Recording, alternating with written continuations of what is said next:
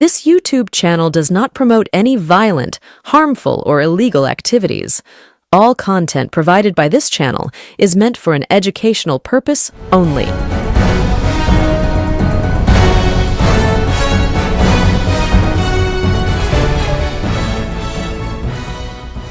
নমস্কার, আমি প্রতিবেদক সায়ন্তন চক্রবর্তী। আপনারা দেখছেন বঙ্গচক্র ইউটিউব চ্যানেল। সদ্য প্রয়াত হয়েছেন তৃণমূল কংগ্রেসের প্রাক্তন সর্বভারতীয় সাধারণ সম্পাদক, ভারতবর্ষের প্রাক্তন রেলমন্ত্রী, এই বাংলার রাজনীতিতে যাদের চাণক্য বলা হতো, সেই মুকুল রায়। দীর্ঘ 600 দিন তিনি হাসপাতালে শয্যাশায়ী ছিলেন। রোগগ্রস্ত মুকুল রায় গত 2-3 দিন আগে মারা গিয়েছেন এবং তার মারা যাওয়ার পরে আমরা দেখতে পেলাম বিধানসভায় তাকে শ্রদ্ধা জানালো তৃণমূল কংগ্রেসের বিধায়করা। অভিষেক বন্দ্যোপাধ্যায় সেখানে উপস্থিত ছিলেন, মমতা বন্দ্যোপাধ্যায় দলনেত্রী টুইট করে শ্রদ্ধা জ্ঞাপন করেছেন। এছাড়াও বিভিন্ন রাজনৈতিক দলের কর্মী সমর্থক থেকে শুরু করে রাজ্য স্তরের নেতারা মুকুল রায়ের প্রতি তাদের শ্রদ্ধা জ্ঞাপন করেছেন। মুকুল রায়ের কাঁচরাপাড়ার বাড়িতেও তৃণমূল কংগ্রেস নেতাদের ঢল নেমেছিল। তৃণমূল কংগ্রেসের সর্বভারতীয় সাধারণ সম্পাদক সাংসদ অভিষেক বন্দ্যোপাধ্যায় মুকুল পুত্র শুভ্রাংশুর সঙ্গে মুকুল রায়ের যে শেষ যাত্রা হালিশহর মহাশ্মশানে এসে শেষ হয়, সেই শেষ যাত্রায় পা মিলিয়েছেন। প্রায় 6 কিলোমিটার দীর্ঘ পথ অভিষেক বন্দ্যোপাধ্যায় শুভ্রাংশু রায়ের পাশে দাঁড়িয়ে হেঁটে মুকুল রায়ের শেষ যাত্রায় অংশ নিয়েছে। এমনকি মুকুল রায়ের যখন অন্তিম কার্য করা হবে সেই সময় পর্যন্ত অভিষেক বন্দ্যোপাধ্যায় হালিশহর মহাশ্মশানে ছিলেন। এবং অভিষেক বন্দ্যোপাধ্যায় এই যে মুকুল রায়ের শেষ যাত্রায় হাঁটলেন, এরপরে যেই এলাকায় তিনি হাঁটলেন অর্থাৎ হালিশহর কাঁচরাপাড়া, সেই বীজপুর বিধানসভায় গুঞ্জন তাহলে কি আগামী 2026 বিধানসভা নির্বাচনে কোনো রকম রাজনৈতিক ইঙ্গিত দিয়ে গেলেন অভিষেক বন্দ্যোপাধ্যায়? তাহলে কি নতুন কোনো সমীকরণ তৈরি হচ্ছে? তাহলে কি মুকুল পুত্র শুভ্রাংশু পুনরায় তৃণমূল কংগ্রেসের প্রতীকে বীজপুর বিধানসভায় আগামী 2026 নির্বাচনে প্রতিদ্বন্দ্বিতা করতে চলেছেন? এরকম প্রশ্ন এখন বীজপুরের আকাশে বাতাসে, পাড়ার মোড়ে, চায়ের দোকানে, বিভিন্ন আড্ডায় এই প্রসঙ্গেই উত্থাপিত হচ্ছে। এই প্রশ্ন উত্থাপিত কেন হচ্ছে বা কিসের জন্য হচ্ছে সেই প্রসঙ্গে আসবো, কিন্তু তার আগে একটু অতীত ঘেটে নেওয়া যাক। 2011 সাল তৃণমূল কংগ্রেসের প্রবল হাওয়া। এই বীজপুর বিধানসভায় তৃণমূল কংগ্রেসের প্রতীকে প্রতিদ্বন্দ্বিতা করেন মুকুল পুত্র শুভ্রাংশু রায়। বীজপুর বিধানসভায় শুভ্রাংশু রায় 2011 সালে তৃণমূল কংগ্রেসের প্রতীকে জয়ী হন এবং তৃণমূল কংগ্রেসের প্রতীকে বীজপুর বিধানসভা থেকে প্রথমবারের জন্য কোনো বিধায়ক নির্বাচিত হয়। সেই ভোটের ফলাফল যদি আমরা দেখি তাহলে দেখতে পাবো 2011 সালে তৃণমূল কংগ্রেসের পক্ষে শুভ্রাংশু রায় পেয়েছিলেন 65,479টি ভোট। নিকটতম প্রতিদ্বন্দ্বী সিপিআইএম এর নির্ঝরিণী চক্রবর্তী 52,867 ভোট পেয়েছিলেন। 2011 সালের বিধানসভা নির্বাচনে বীজপুরে সিপিএম প্রার্থীকে 12,000-এর বেশি ভোটে পরাজিত করেন তৃণমূল প্রার্থী মুকুল পুত্র শুভ্রাংশু। অর্থাৎ 2011 সালে শুভ্রাংশু রায় তৃণমূল কংগ্রেসের প্রতীকে প্রথমবারের জন্য বিধায়ক নির্বাচিত হন। এরপরে 2016 সালের বিধানসভা নির্বাচন, 2016 সালেও শুভ্রাংশু রায় তৃণমূল কংগ্রেসের প্রতীকে বীজপুর বিধানসভা থেকে প্রতিদ্বন্দ্বিতা করেন এবং জয়ী হয়ে দ্বিতীয়বারের জন্য বিধায়ক নির্বাচিত হন। সেই বিধানসভা ভোটের ফলাফল কি আছে, সেই বিধানসভা ভোটের ফলাফল আমরা একবার দেখব। সেই বিধানসভা ভোটে অর্থাৎ 2016 সালের বিধানসভা ভোটে শুভ্রাংশু রায় তৃণমূল কংগ্রেসের প্রতীকে বীজপুর বিধানসভা থেকে ভোটযুদ্ধে অবতীর্ণ হয়ে 76,744টি ভোট পেয়েছিলেন এবং নিকটতম প্রতিদ্বন্দ্বী সিপিআইএম এর ডক্টর রবীন্দ্রনাথ মুখার্জি তিনি পেয়েছিলেন 28,888টি ভোট এবং শুভ্রাংশু রায় 47,954, প্রায় 48,000 ভোটের কাছাকাছি ব্যবধানে শুভ্রাংশু রায় বীজপুর বিধানসভা থেকে দ্বিতীয়বারের জন্য বিধায়ক নির্বাচিত হন। আর এই যে 2011 থেকে 2016 সাল, এই 5 বছরের মধ্যে তৃণমূল কংগ্রেসের অভ্যন্তরে অনেক ধরনের রাজনৈতিক সমীকরণে পরিবর্তন ঘটতে থাকে। আমরা দেখতে পাই যে অভিষেক বন্দ্যোপাধ্যায় ক্রমান্বয়ে নিজের রাজনৈতিক গুরুত্ব বাড়াতে থাকেন। অভিষেক বন্দ্যোপাধ্যায় 2014 সালে সাংসদ নির্বাচিত হন ডায়মন্ড হারবার কেন্দ্র থেকে এবং পরবর্তী সময় অভিষেক বন্দ্যোপাধ্যায় আমরা দেখতে পেলাম যে যুবর সভাপতি হিসাবে সামনে এগিয়ে আসবেন। তার আগে যদিও যুবা নামক একটি সংগঠন অভিষেক বন্দ্যোপাধ্যায় তৃণমূল কংগ্রেসের মধ্যে করেন এবং সেই সংগঠনকে গোটা পশ্চিমবঙ্গের বিভিন্ন প্রান্তে অভিষেক বন্দ্যোপাধ্যায়ের নেতৃত্বে ছড়িয়ে দেওয়ার কাজ হয়। মুকুল রায় তৎকালীন তৃণমূল কংগ্রেসের দ্বিতীয় গুরুত্বপূর্ণ ব্যক্তি, বুঝতে পেরেছিলেন যে অভিষেক বন্দ্যোপাধ্যায় নামক যে রাজনৈতিক ব্যক্তির উত্থান তৃণমূল কংগ্রেসে ঘটছে, সেই অভিষেক বন্দ্যোপাধ্যায় ক্রমান্বয়ে তৃণমূল কংগ্রেসের দ্বিতীয় গুরুত্বপূর্ণ ব্যক্তির আসনে বসতে চলেছেন। মুকুল রায় বুঝতে পারছিলেন যে তার জায়গায় অভিষেক হতে চলেছে অভিষেক বন্দ্যোপাধ্যায়। মুকুল রায় সেই সময় বিভিন্ন ক্ষেত্রে বুঝিয়ে দিতে থাকেন তৃণমূল কংগ্রেসের মধ্যে তিনি সন্তুষ্ট নন। মাঝে আমরা দেখতে পেয়েছিলাম যে মুকুল রায়ের সর্বভারতীয় সাধারণ সম্পাদক পদ থেকে অপসারণ ঘটে এবং সেখানে সুব্রত বক্সী সর্বভারতীয় সাধারণ সম্পাদক হয়, যদিও পরবর্তীকালে সেই দূরত্ব কিছুটা মিটল এবং মুকুল রায় রাজ্য তৃণমূল কংগ্রেসের সহ সভাপতি পদে স্থলাভিষিক্ত হন, কিন্তু তার কিছুদিন পরে মুকুল রায় সরাসরি বিজেপিতে যোগদান করেন। অভিষেক বন্দ্যোপাধ্যায় তখন তৃণমূল কংগ্রেসের দ্বিতীয় গুরুত্বপূর্ণ ব্যক্তি এবং সেই সময় থেকে বলা যায় যে মুকুল রায়ের সঙ্গে অভিষেক বন্দ্যোপাধ্যায়ের মানসিক দূরত্বের ফলেই মুকুল রায় তৃণমূল কংগ্রেস ছেড়ে বিজেপিতে যোগদান করেন।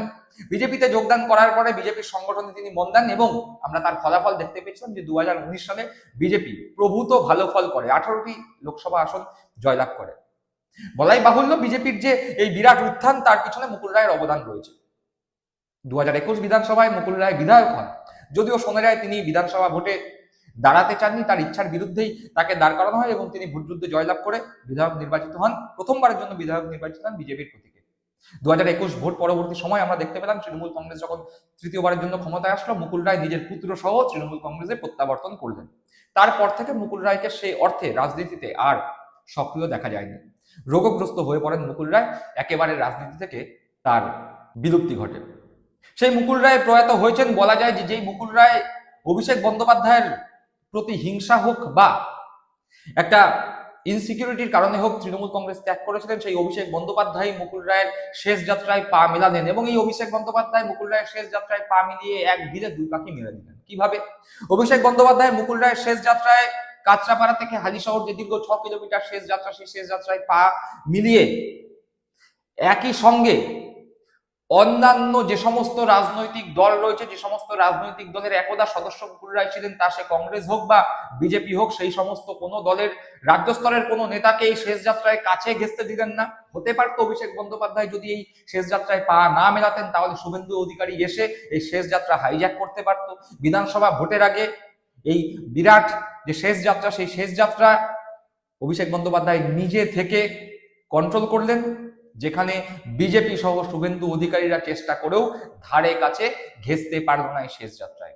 একই সাথে গোটা বাংলাব্যাপী পুরনো তৃণমূল কংগ্রেস নেতা কর্মী যারা আছে, যারা ভাবে যে তৃণমূল কংগ্রেসের উচ্চ নেতৃত্ব পুরনো নেতা কর্মীদের পাশে সত্যি কি দাঁড়ায়, তাদের কাছে অভিষেক বন্দ্যোপাধ্যায় একটা বার্তা দিয়েছেন যে হ্যাঁ, আমি অভিষেক বন্দ্যোপাধ্যায় তৃণমূল কংগ্রেসের সর্বভারতীয় সাধারণ সম্পাদক, দলের হয়ে পুরনো দিনের সৈনিক যারা ছিল তাদেরকে যোগ্য সম্মান দিতে আমরা জানি, তাদের পাশে দাঁড়াতে আমরা জানি। অর্থাৎ অভিষেক বন্দ্যোপাধ্যায় 2026 বিধানসভা ভোটের আগে এক তীরে দুই পাখি মেরে দিলেন। আর এই যে অভিষেক বন্দ্যোপাধ্যায় দীর্ঘ 6 কিলোমিটার মুকুল পুত্র শুভ্রাংশু রায়ের পাশে হাঁটলেন, সেই পাশে হাঁটার মাধ্যমে একটা বার্তা, একটা ইঙ্গিত নাকি গোটা বীজপুর বিধানসভা জুড়ে ছড়িয়ে পড়েছে যে মুকুল পুত্র শুভ্রাংশু রায় নাকি পুনরায় তৃণমূল কংগ্রেসের প্রতীকে বীজপুর বিধানসভা ভোটে আগামী 2026 বিধানসভা নির্বাচনে ভোটযুদ্ধে অবতীর্ণ হতে চলেছে। এবার এই কথাটা কেন আসছে? ওই যে বলেছিলাম যে 2019 লোকসভা ভোটের পরে মুকুল পুত্র শুভ্রাংশু রায় হালিশহর কাঁচরাপাড়া 2 পৌরসভার প্রায় 100% কাউন্সিলরকে নিয়ে দিল্লির বুকে বিজেপিতে যোগদান করেন। আমরা দেখতে পেয়েছিলাম যে যোগদান তো প্রচুর কাউন্সিলর করেছিলেন, কিন্তু তাদের মধ্যে সংখ্যাগরিষ্ঠ কাউন্সিলর 2-3 মাস যেতে না যেতেই পুনরায় তৃণমূল কংগ্রেসে প্রত্যাবর্তন করেন, কিন্তু শুভ্রাংশু রায় বিজেপিতে থেকে গেছিলেন এবং বিজেপির প্রতীকে প্রতিদ্বন্দ্বিতা করেছিলেন 2021-এ। কিন্তু ভোটের ফলাফল কি হয়েছিল? ভোটের ফলাফল কি হয়েছিল সে বিষয়ে আসছে, কিন্তু তার আগে যখন এরকম দল বদলের খেলা চলছে, তৃণমূল কংগ্রেসের নিচুতলার কর্মীরা যখন বীজপুর এলাকা ছেড়ে বাইরে বাইরে লুকিয়ে বেড়াচ্ছেন, ঘুরে বেড়াচ্ছেন, এই বীজপুর এলাকায় বিজেপির তাণ্ডব চলছে, তখন মমতা বন্দ্যোপাধ্যায়ের হাত ধরে সুবোধ অধিকারী কাঁচরাপাড়ায় মমতা বন্দ্যোপাধ্যায়ের সভায় যোগদান করেন এবং মমতা বন্দ্যোপাধ্যায় বীজপুর বিধানসভার চেয়ারম্যান হিসাবে সুবোধ অধিকারীকে মনোনীত করে যান।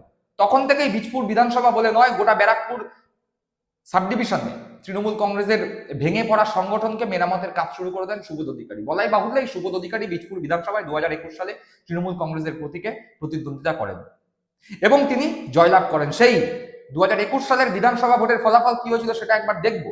2021 সালের বিধানসভা ভোটে তৃণমূল কংগ্রেসের প্রতীকে সুবোধ অধিকারী 66,625টি ভোট পেয়েছিলেন, বিজেপি শুভ্রাংশু রায় 53,278টি ভোট পেয়েছিলেন। অর্থাৎ সুবোধ অধিকারী 13,347 ভোটে জয়লাভ করেছিলেন। অর্থাৎ 2011 সালে শুভ্রাংশু রায় সিপিএম এর প্রার্থীকে যত ভোটের ব্যবধানে হারিয়েছিল, সুবোধ অধিকারী 2021 সালে বিজেপির প্রার্থী শুভ্রাংশু রায়কে ঠিক কাছাকাছি ভোটের ব্যবধানেই পরাজিত করলো, অর্থাৎ তৃণমূল কংগ্রেস নিজের আসন ধরে রাখলো। কিন্তু এক্ষেত্রে শুভ্রাংশু রায় পরাজিত হলো, নতুন বিধায়ক বীজপুর পেল সুবোধ অধিকারী। প্রতীক এক, তৃণমূল কংগ্রেসের জোড়াফুল প্রতীক। এই সুবোধ অধিকারীর নেতৃত্বেই তৃণমূল কংগ্রেস বীজপুর বিধানসভায় নিজেদের ভেঙে পড়া সংগঠন, হারিয়ে যাওয়া সংগঠনকে পুনরুদ্ধার করতে থাকলো এবং সুবোধ অধিকারী নিজের সাংগঠনিক ক্ষমতার জোরে, বাহুবলের জোরে গোটা বীজপুর বিধানসভায় শক্তিশালী সংগঠন দাঁড় করালো। তারপরেই বীজপুর বিধানসভা জুড়ে সুবোধ অধিকারী একের পর এক কর্মসূচি, মেলা হোক, খেলা হোক, সাংস্কৃতিক অনুষ্ঠান হোক, মানুষের বাড়িতে বিয়ে বাড়ির অনুষ্ঠান থেকে শুরু করে শ্রাদ্ধ অনুষ্ঠান, কারোর বাড়িতে পৈতে অনুষ্ঠান থেকে শুরু করে গৃহপ্রবেশের অনুষ্ঠান, পাড়ার মোড়ে শনি পুজো থেকে বড় বড় দুর্গাপূজার উদ্বোধন, ক্রিকেট টুর্নামেন্ট থেকে শুরু করে ফুটবল টুর্নামেন্ট, বিভিন্ন জায়গায় সুবোধ অধিকারীকে সবসময় মানুষজন পেয়েছে। ফলে এলাকার মানুষজন বলতে শুরু করেছে, সত্যি তো এমন একজন বিধায়ককে আমরা চেয়েছিলাম, যাকে যখন ডাকবো তখন পাবো। এলাকার কোনো মানুষ একবারের জন্য অস্বীকার করতে পারে না যে তারা সুবোধ অধিকারীকে নিজের এলাকায় দেখে না। এলাকার প্রত্যেকটি কোনার প্রত্যেকটি মানুষ সে সুবোধ অধিকারীর সমর্থক হোক বা সমালোচক হন, তারা এক বাক্যে স্বীকার করে যে হ্যাঁ, আমাদের এলাকার বিধায়ককে আমরা প্রতি সপ্তাহে প্রতিদিন নিয়ম করে আমার এলাকায় দেখতে পাই। আর সেই সুবোধ অধিকারীর নেতৃত্বে যখন বীজপুর বিধানসভায় তৃণমূল কংগ্রেস চড়া শুরু করলো, তখন 2024 লোকসভা ভোটের ফলাফল কি দাঁড়ালো? এখানেও তৃণমূল কংগ্রেস লিড করলো। 2024 লোকসভা ভোটে এই ব্যারাকপুর লোকসভা কেন্দ্রে তৃণমূল কংগ্রেসের প্রতীকে প্রতিদ্বন্দ্বিতা করেন পার্থ ভৌমিক। সেই পার্থ ভৌমিক বীজপুর বিধানসভা থেকে কত ভোটে লিড পেয়েছিল? সেই পার্থ ভৌমিক বীজপুর বিধানসভায় 2024 লোকসভা ভোটে 64,742টি ভোট পেয়েছিলেন। সেখানে বিজেপির প্রার্থী অর্জুন সিং 55,071টি ভোট পেয়েছিলেন, অর্থাৎ তৃণমূল কংগ্রেসের প্রতীকে পার্থ ভৌমিক 9,671, প্রায় 10,000 ভোটের লিড এই বীজপুর বিধানসভা থেকে 2024 সালে পার্থ ভৌমিক পেয়েছিলেন। আর 2021 সালে তৃণমূল কংগ্রেসের প্রতীকে সুবোধ অধিকারী 13,000-এর কাছাকাছি ভোটে জিতেছিলেন। অর্থাৎ মোটামুটি লোকসভা ভোট এবং বিধানসভা ভোটের ফলাফল যদি আমরা বিচার করি, দুটি সম্পূর্ণ ভিন্ন আঙ্গিকের ভোট। তাই সেই অর্থে তৃণমূল কংগ্রেস কিন্তু এই বিধানসভায় খুব একটা পিছিয়ে নেই, বরং বলা যায় সুবোধ অধিকারীর নেতৃত্বে একটি ভালো জায়গায় রয়েছে। কিন্তু তারপরে এই অভিষেক বন্দ্যোপাধ্যায়ের মুকুল রায় শেষ যাত্রায় দীর্ঘ 6 কিলোমিটার হাঁটা এবং শুভ্রাংশু রায়কে পাশে নিয়ে হাঁটা, তাহলে কি শুভ্রাংশু রায় টিকিট পাচ্ছেন? ঘটনা যেটা বললাম যে কোনো ব্যক্তির বা তৃণমূল কংগ্রেসের সর্বোচ্চ স্তরের এক নেতার মৃত্যুতে তার শেষ যাত্রায় হাঁটা কখনোই আগামী দিনে কে টিকিট পাবে সেই দিক নির্দেশ করে না, বরং সুবোধ অধিকারী নামক যেই শক্ত নেতৃত্ব গোটা বীজপুর বিধানসভায় তৃণমূল কংগ্রেসের ভেঙে পড়া সংগঠনকে শক্তিশালী করেছিল, 2024 লোকসভা ভোটেও তার প্রতিফলন দেখা গেছে। সেই সুবোধ অধিকারী আগামী দিনে যে টিকিট পাবে সে বিষয়ে কোনো সন্দেহ নেই, বরং এ কথা আপনারা বলতেই পারেন শুভ্রাংশু রায়ের পাশে হেঁটে অভিষেক বন্দ্যোপাধ্যায় একটি ইঙ্গিত, একটি বার্তা দিয়েছেন।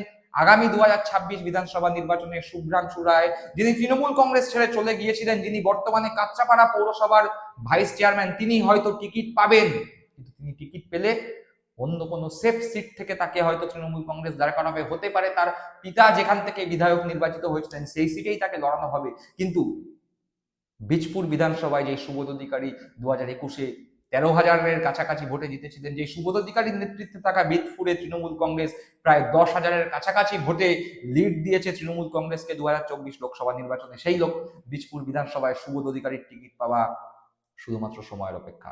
এলাকার মানুষজন, এলাকার তৃণমূল কংগ্রেস কর্মীরা অন্ততপক্ষে সে কথাই জানান দিচ্ছে। তারা বলছে মেলা হোক বা খেলা, বিয়ে বাড়ি হোক বা শ্রাদ্ধ বাড়ি, পাড়ার মোড়ে শনি পুজো হোক কি বড় বড় দুর্গা পুজো হোক, আমরা আমাদের বিধায়ককে সবসময় পাই। তাই এই বিধায়ককেই আবার চাই। দর্শক বন্ধুরা, আপনারা কি মনে করছেন এই বিষয়ে? আপনাদের মূল্যবান মতামত অবশ্যই কমেন্ট বক্সে কমেন্ট করে জানাবেন। সকলে ভালো থাকবেন, সুস্থ থাকবেন। জয় হিন্দ, বন্দে মাতরম।